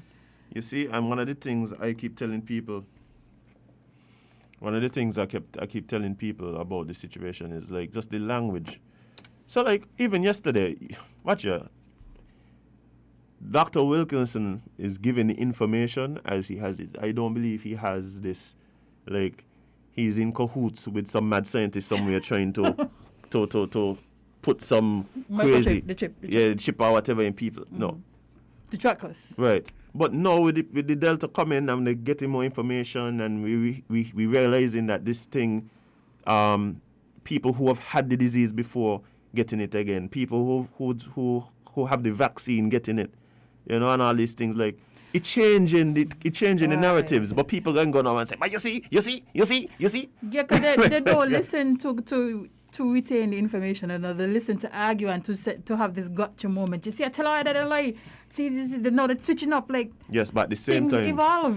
but at the same time, Jade, that doesn't necessarily come over in the way things are presented. Right? So it's not so. Like for instance, I keep telling people when you started saying. When the impression was that, and not even the impression, I've heard government officials here say it all the time. The only way out of the pandemic is the vaccine. And then right? Delta say, "Oh, you thought, okay." Right. Whereas perhaps the truth is the vaccine is a step towards whatever it is we're going to need to be able to move towards. The truth. It might not be the end all be our silver bullet that kills the virus. If it was, they wouldn't. We would still not have all these other things that we need to do in order to prevent the spread. The vaccine is not the end all be all. It is a tool in the arsenal of many tools that we have to use to eradicate this disease, and that's just the truth. Well, you see, and even that I don't know. I think there has to be something else that gets us past pandemic status. That's a tool. I don't even think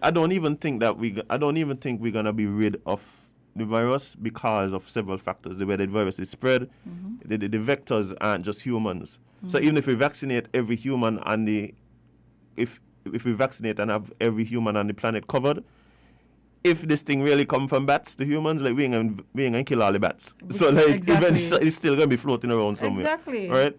So I mean it's so much going on. Like it's so much going on. I think we need to really, when people talk about living with the virus, I think the conversation needs to be towards like what is it that we really think is possible? Do we think it's possible that we're gonna get to a place where COVID-19 no longer thing, or is it that we move from pandemic to endemic, and what does that mean and how does that look? And you know what I'm saying? Yeah. So it like because these conversations don't really happen in this way, and again, it's not the fault of the health officials. They're also learning as we go, right? That it breeding this apprehension. It breeding apprehension. Meaning talking about people anti-vax. You got people who ain't anti-vax, but this vaccine, I'm just gonna wait and see.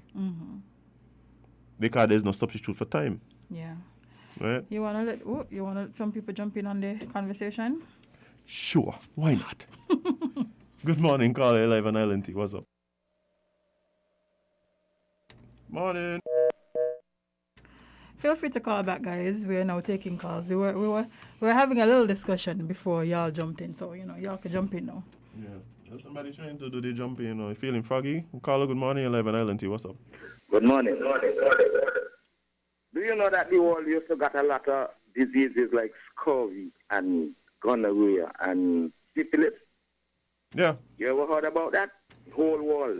And it was like a nightmare like how we have this corona now. But only because you got communication so available, internet, etc., etc. But the other man named Sir Alexander Fleming, he was the man the scientist who developed penicillin. And penicillin changed all of that. So sometimes I wonder what the things that the people are saying. Just because they get exposed to communication, they just talk for talk's sake. But life is about changes, And the Bible gave, in Genesis, the Bible said that God gave man dominion over all this creation. But man ain't reached there yet. But if life goes on long enough, man ain't reached there. So anything you do, you have a chance to perfect it. Especially if it's done in a repetitious manner. If you're in foolish, you're supposed to be able to be better. Why? Even what you are doing there, you are done a little better this year than last year. And that's how it's supposed to be, or to be. Because if you're doing something long enough, and you are an intelligent person, you're supposed to be better at it as time goes on. If you produce, okay, I like to use that kind of scenario there where when I was going to school, the Commonwealth office used to send out a lot of wall posters they put up in schools. And there was one with Great Britain today. And they tell you how many vehicles Great Britain would have been making that time in a year. But now you have automotive manufacturers making more than that in a month. So, you see, as time goes on and the vehicles are more luxurious, etc., etc. So as time goes on, they're going to perfectly do the vaccine, and maybe in a much shorter time, like they did with these that they have. So that's right. And that's what God does. God works to people. And lastly, people, I believe, are destined according to the Bible. You got people from St. Kitts who live in England and America in particular, who do aeronautics and all of that. They can't be absorbed in the Caribbean. They absorb where the opportunities are. You got a man there who was at Princeton University. He's from St. Paul's, a brown-skinned fellow, Lord. He's a poet, and but he's in demand around the world. Well, I'm just show you, he operates where he got better opportunities. That's life. Have a good day. Thank you, Paulo. Thank you. But yeah, like the information on the fact that we need to start taking our health slim down people more serious when it comes to this virus is serious. Yeah, I think you should read it for them.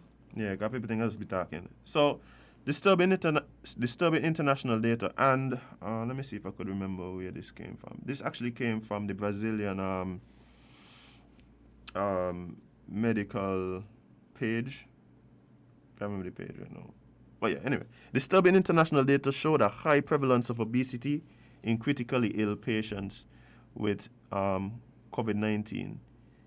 In intensive care in the UK, this prevalence was 72%. In Brazil, obesity is the main comorbidity associated with death in people under 60 years. The risk of health problems and death from COVID-19 is up to 4 times higher in obese individuals. A study carried out by the people showed that 85% of patients with a certain BMI, I just ain't reading out the long BMI thing, required invasive mechanical ventilation, while only 47% of those with a BMI below 25 kilograms per meter square had such need. So it's obvious that, like, that's a big factor. One of the things, guys, when we're talking about your ability to prevent serious illness and death, one of the main contributing factors is your weight and your health. Guys, eat better. Drink water, exercise. And this ain't something that just for COVID-19, it goes for almost every disease. Right? Like, we really need to promote a healthier nation. Like, it just I don't know. Yeah, and we can't force you out, but no, but again, y'all have to take this more serious. Like, it's more than the vaccine. It's y'all health as well. The vaccine is there, yes, to help prevent serious illness and death. You know what also prevents serious illness and death? A broccoli. A broccoli.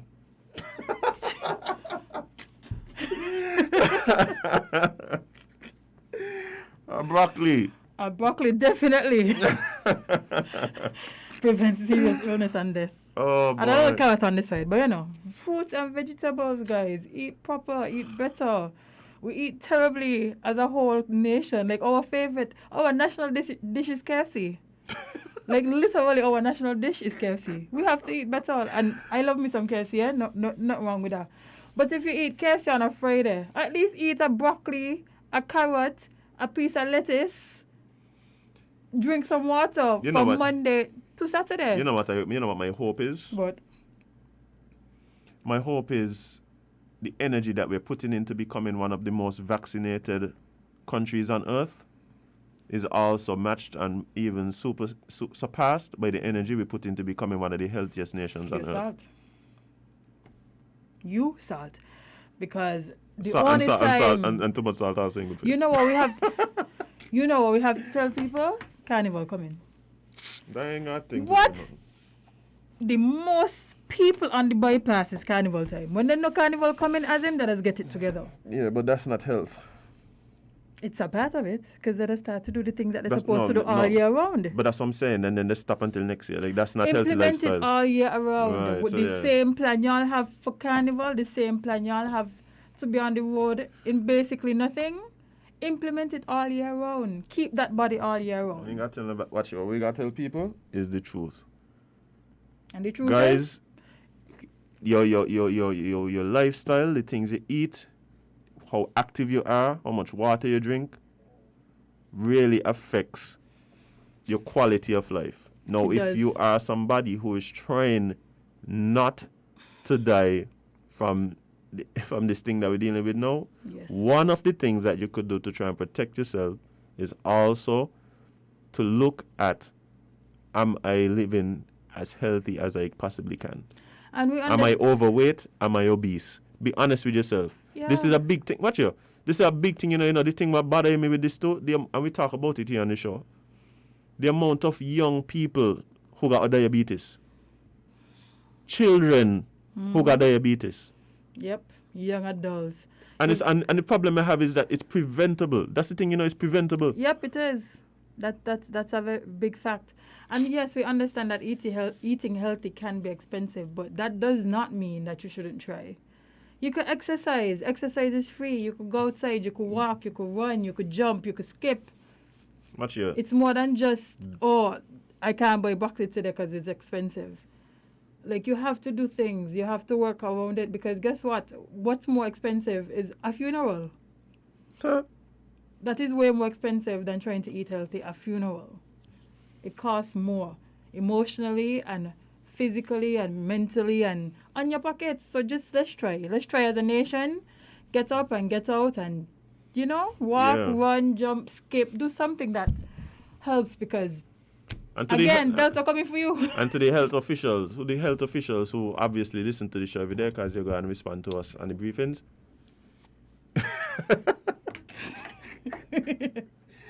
But to the health officials who may or may not be listening, please, can we try and push that narrative as well? Yes, the non-pharmaceutical protocols are important, but also, please, can we remind people that included in these advice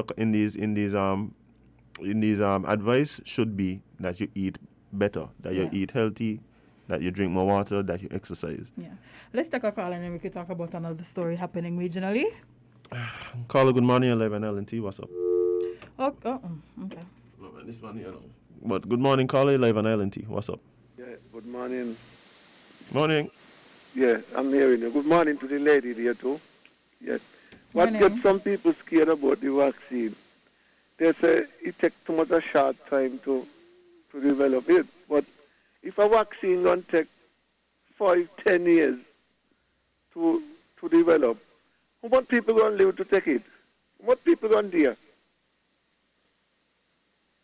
For what's going on now, a vaccine can't take 10 years to develop, so it's hardly anybody going to dare to take it. Anyway, goodbye. Yeah, thanks, caller. Thanks. Yeah, I could understand what you're talking about, because, yes, it could be suspicious that vaccine came up quickly, but how long do you want to wait? I don't think it's suspicious. I think it's about testing. Yeah, I think testing is the issue. Like, you can't, that's my thing, you can't change time. You could develop the vaccine quickly, but you only gonna know things with time. So like, what you would can't have change made time. y'all more comfortable? Because for me, right, I am not trying to deal with this pandemic for the next 5 years. But you see, this is the thing, Jade. Like, when you talk like that, then it again sounds like the vaccine is the way out of the pandemic. No, of course not. So, but I'm just talking about that one factor, the vaccine as something by itself, not the whole big picture where we have to do different things.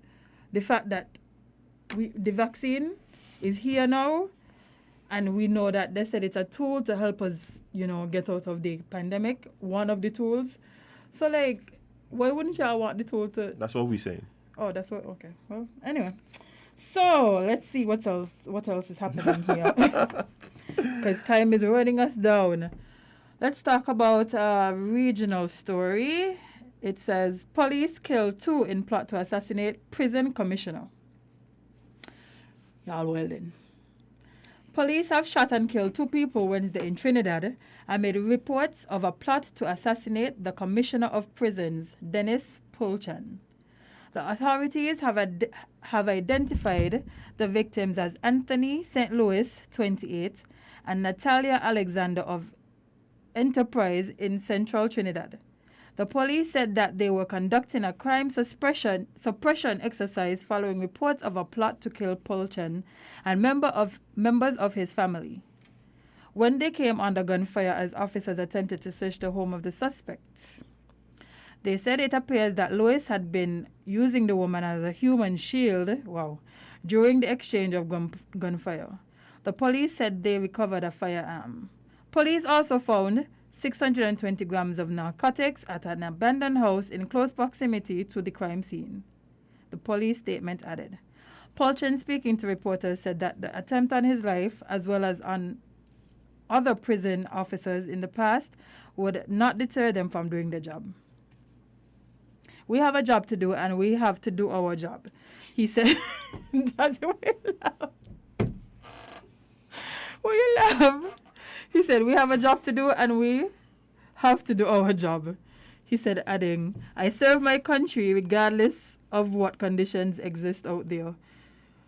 We have a job to do, and what I could tell you about my perspective and my officer's perspective is that we are not scared to do our job. What happened? This man just The man laying out, you know. By will or by force, this job getting done. The man is a philosopher. Yeah. We have a job to do and we'll do our job.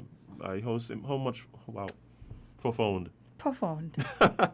That is wild though. Y'all trying to ask, what is happening? Like, why does it feel like y'all attacking people more now? Like people of authority now? Okay. That they bring me to something totally different and after this. Okay. And I can't wait to talk to Darren tomorrow. Oh yeah, he's back tomorrow, yes. So, okay. What's going on in the Caribbean with our, style of protest and riots, right? Like, we have such very unique Caribbean instances of civil unrest happening right now that it's totally blowing my mind. Right? You want to deal with Antigua first? Let's deal with Antigua first. Okay. We talked yesterday about people just running into the protest with their infants, but we're going to go back down the road.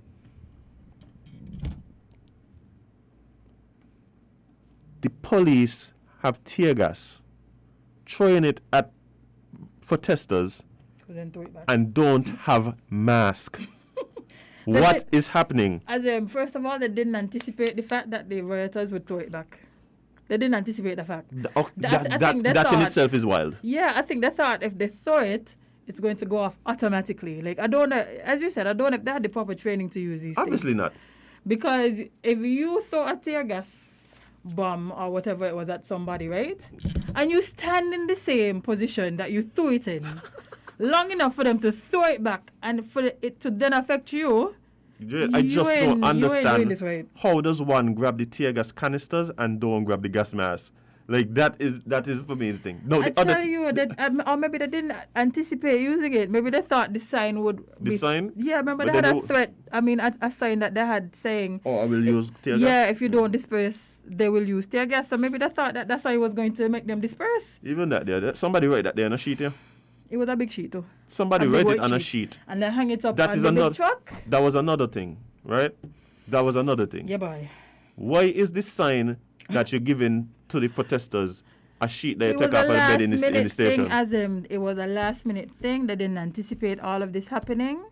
So they just grabbed what they could grab and they left. So also, I guess the explanation for this is also that they didn't anticipate this happening. Because one of the things that I couldn't understand about the riot... One of the things I couldn't understand about this riot was... Well, it wasn't a riot, it was a protest. The protest. Mm-hmm. One of the things I couldn't understand about this protest is why the police, when responding, all pile into trucks from rock and dirt.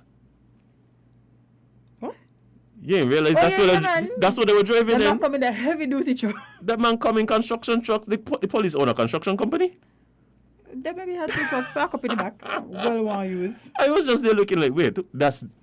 I couldn't, as a matter of fact, Bright yellow trucks. I couldn't tell if it was protesters or the police. It was just like, wait, the police in Mack trucks? Bright yellow, so they saw them come in, they had the sheet, and that's why they had to use the sheet, because a regular sign wasn't going to be able to fit on the truck, so they had to use a big sheet to get their message across. I just really don't understand why they forgot to grab their gas mask. So no gas mask, right? They're using big sheet for the signs. We're not. And they're driving around in Mack trucks. Right? I think it's because we're not accustomed to these type of things in this capacity. Like, I think most of the Caribbean watches the rest of the world and how they protest and have certain things happen. But it's not like something that's prevalent here. Like the last time we had a riot in St. Kitts was when 19 something? When we had a protest / riot. It was 19 something. So I don't. You mean 93? It's 93 you're talking about? I think so. I think it was 93.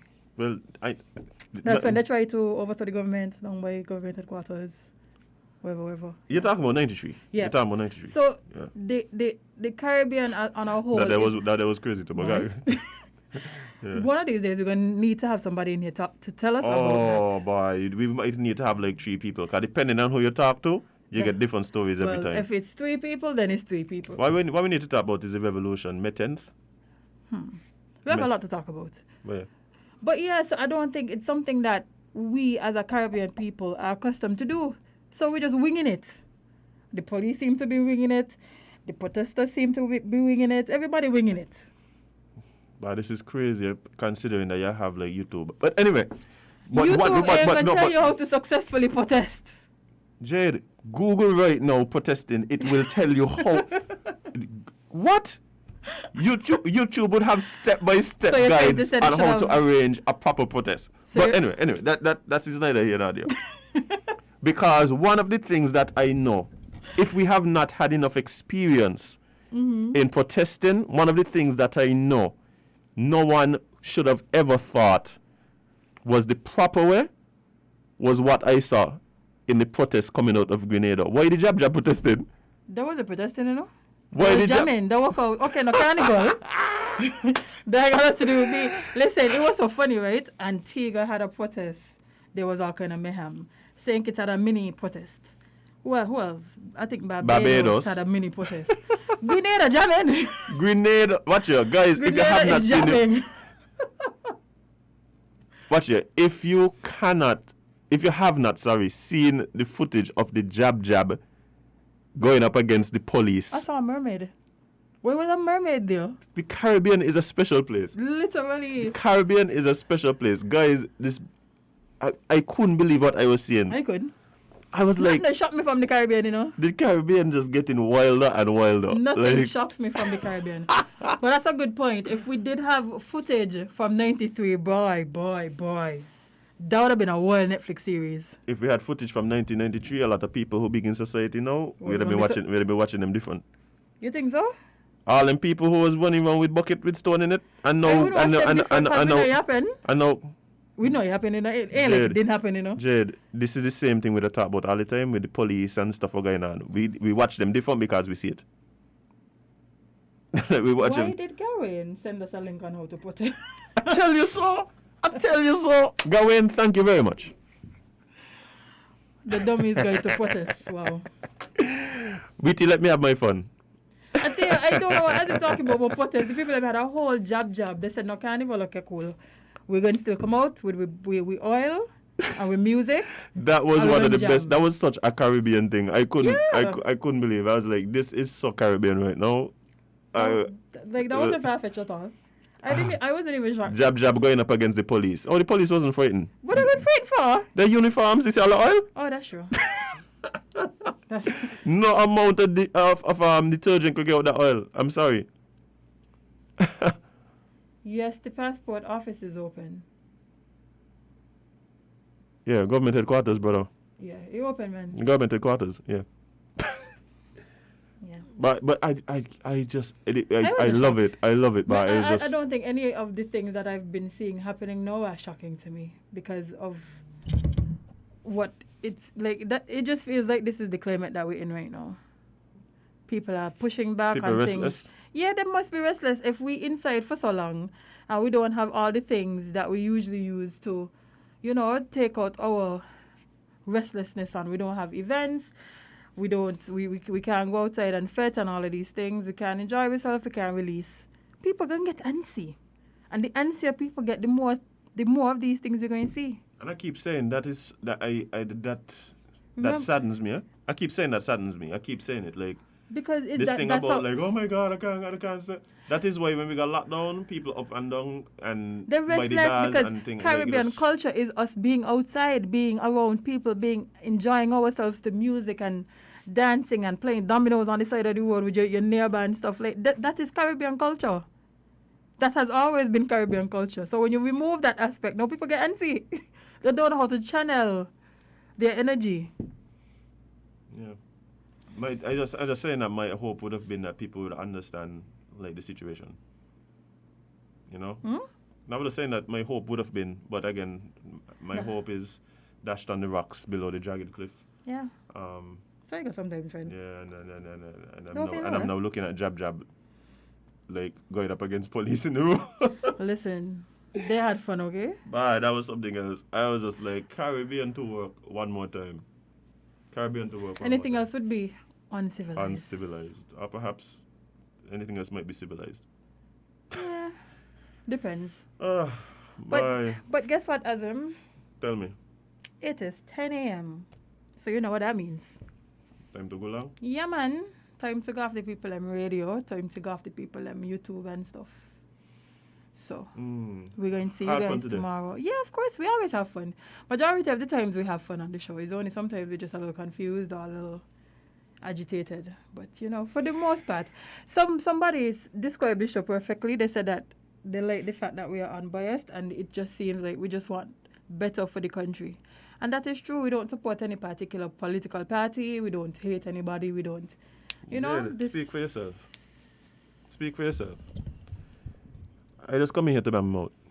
Like. But that's what I was saying. I don't know. You want the best for the country? You don't want the best for the... Okay, well, maybe it's just me. You want the best for the country, Jade? I would like to have a good country. Like, why not? Why wouldn't I want the best for the country? I live here. Like, I literally live here and I'm going to bury here. You said so yesterday, You're born here and you're going to bury here. Same. Is yesterday I was saying that? Yes. Literally was yesterday. I was Tuesday. Might have been Tuesday. We biased, thanks, Jade, today. What we biased to, though? Before I agree with you, what we biased to? I have my biases. That's I don't know. I have my biases. Yeah, but it's not based on government. Yeah, but that's what I'm saying. I don't like when people... this is the problem I have. Anybody talking on the radio, it got to be like politics and... Like, no, we just like... Somebody was reckless enough to give me a mic. It's as simple as that. Like, if you want to explain the show, just say... How Jade could give Azem a mic. That's all. That's it. Well, how they could give Jade a show? That even worse. That even worse. Like, why you just decide, yeah. Let me put her on the radio and tell her invite your friends. Yeah. And now we're here. Everybody bias, everybody thing. Yeah, I have my biases, man. I could admit that. And for some reason, like, I've been allowed to come here and talk about just whatever. Yeah. And I enjoy it. And I enjoy the fact that people come and listen to us and interact with us. Because to me that's the main thing. And the main thing is the fact that people come and interact with us and build a little community around what we're doing here. The callers that call in, all you guys that log in on Facebook, on YouTube, all the people that message us separately, all the people that meet us in the street and be like, by the health center, and be like, oh, is the people on the radio? Why? You gotta ask us like. Well, listen, before I answer with a yes or no, why? I keep telling people is not me, is my twin cousin. Yeah. My twin cousin. Some people believe me. Some people have a hard time believing. And that's their right. Yeah. That's their right. Yeah. Question everything, guys. Question. But yeah, I mean, all you guys who are part of what we do here in any way, like, it's really appreciated. Yeah. Really appreciated, and really look forward to seeing you guys every morning when we come here. Remember, it's between 8 and 10 Monday to Friday. If you want to check us out online, you could do so at WINNmedia SKN on Facebook and on YouTube. You could also check us out at the WINNmediaSKN.com website. If you want to listen to us on the radio, man, it's 98.9 on your FM dial. Stay and wait, sorry. Stick and stay. That's what I was trying to say. Stick and stay. I think I blocked up for 5 seconds. Wait, if you think Kevon politics, nah, Jade, today you're wrong. What going on here? Maybe you're a little correct with Hanley, but Kevon. Wait. Hold on. I don't even know if Kevon does vote. Oh no, he does. Yeah. He was saying that he thinks that myself and you are more neutral when it comes to politics, but he could kind of see Kevon's, which I don't agree, because knowing Kevon ain't really into that. Kevon only care about dogs. Yeah, literally. Ribena and Prosecco. Literally, top 3 things. Yeah, dogs, Ribena, Prosecco, and then somewhere around there fetting after that. Yeah, somewhere. So, yeah. But guys, it's been a pleasure. We're going to bid you adieu. Yeah. Arrivederci. Goodbye. Farewell. Yeah. See you. And remember. But before we tell them what to remember, tomorrow we'll be back with Cross Caribbean Link Up. We'll be talking about things that were happening in Antigua. With Antiguans. Yes, with Antiguans. Darren will be back. And then TDC will be joining us. I think they have something to talk about, as usual. Something good happening in TDC. Don't know what it is, but Dominic will be here tomorrow. Dominic with a Q? Is a Q in him? He always, this is the funny thing, he always come and say Dominic with a what, and then we never remember with a what. He does that? Yes. Oh, I don't be listening. But anyway. What? Oh my gosh, guys, it's been a pleasure again. Remember, you can't be everybody's cup of tea because you is not a mug. See you guys tomorrow.